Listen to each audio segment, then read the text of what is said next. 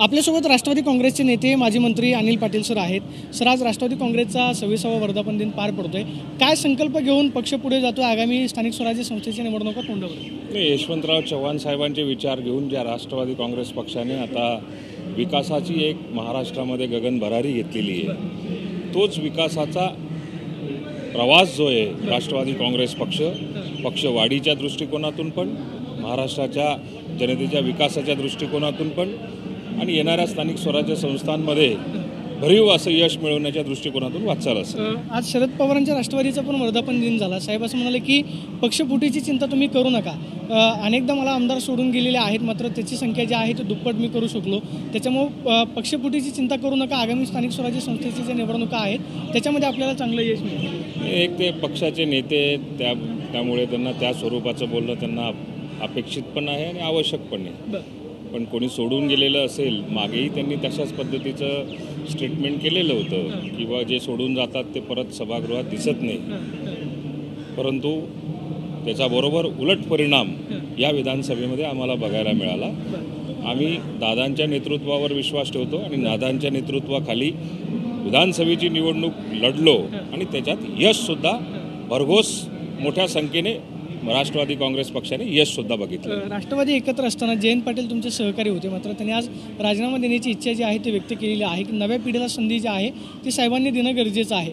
जयंतराव पाटलांच्या मनात नक्की काय चाललंय का? किंवा मध्यंतरी जी चर्चा होती की जयंतराव कुठल्याही राजकीय विषयावरती जे आहे ते बोलत नाहीत, सध्या नक्की काय घडतंय का? ते शेवटी जयंत पाटील साहेबांनाच विचारलं पाहिजे. त्यांच्या मनामध्ये शंका, कुशंका, कुचंबना ही सातत्याने आम्हाला तरी निदान त्यांच्या बॉडी लँग्वेजमधनं जाणवत असते. याचं उत्तर जयंत पाटील साहेब व्यवस्थित देतील.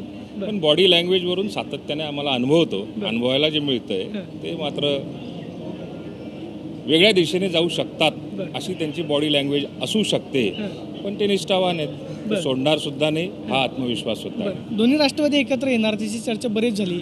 आज ते स्पष्ट झालेलं. सुप्रियाताई म्हटले की जे गेलेले आहेत त्यांना शुभेच्छा आहेत, किंवा साहेबांनी सुद्धा स्पष्ट केलं की स्थानिक स्वराज्य संस्थेच्या निवडणुका ज्या आहेत त्या ताकदीनं लढा. मात्र गेल्या महिन्याभरापासून जी चर्चा होती ती आता मागे पडली असं म्हणायचं. अजितदादांच्या नेतृत्वावरती महाराष्ट्रातले अनेक वेगवेगळ्या पक्षाचे जे नेते असतील, कार्यकर्ते असतील, त्यांना राष्ट्रवादी काँग्रेस पक्षामध्ये येण्याची इच्छा पण आहे आणि येतात सुद्धा आहेत. मला असं वाटतं की या सगळ्या याच्यामध्ये पक्षामधनं लागलेली गळती थांबवण्याच्या दृष्टिकोनातून हा एक प्रयत्न असू शकतो.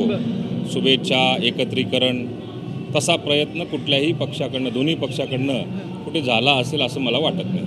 पाहतो की पक्षाला जी शरद पवारांच्या पक्षाला जी गळती लागलेली आहे ते गळती थांबवण्यासाठी अशी विधानं जी आहेत ते झाली असतील अशी प्रतिक्रिया अनिल पाटलांनी दिल्याचं आपल्याला पाहायला मिळतं. Camera person Nagesh Sonvi, Pradeep Kapse, TV9 Marathi, Pune.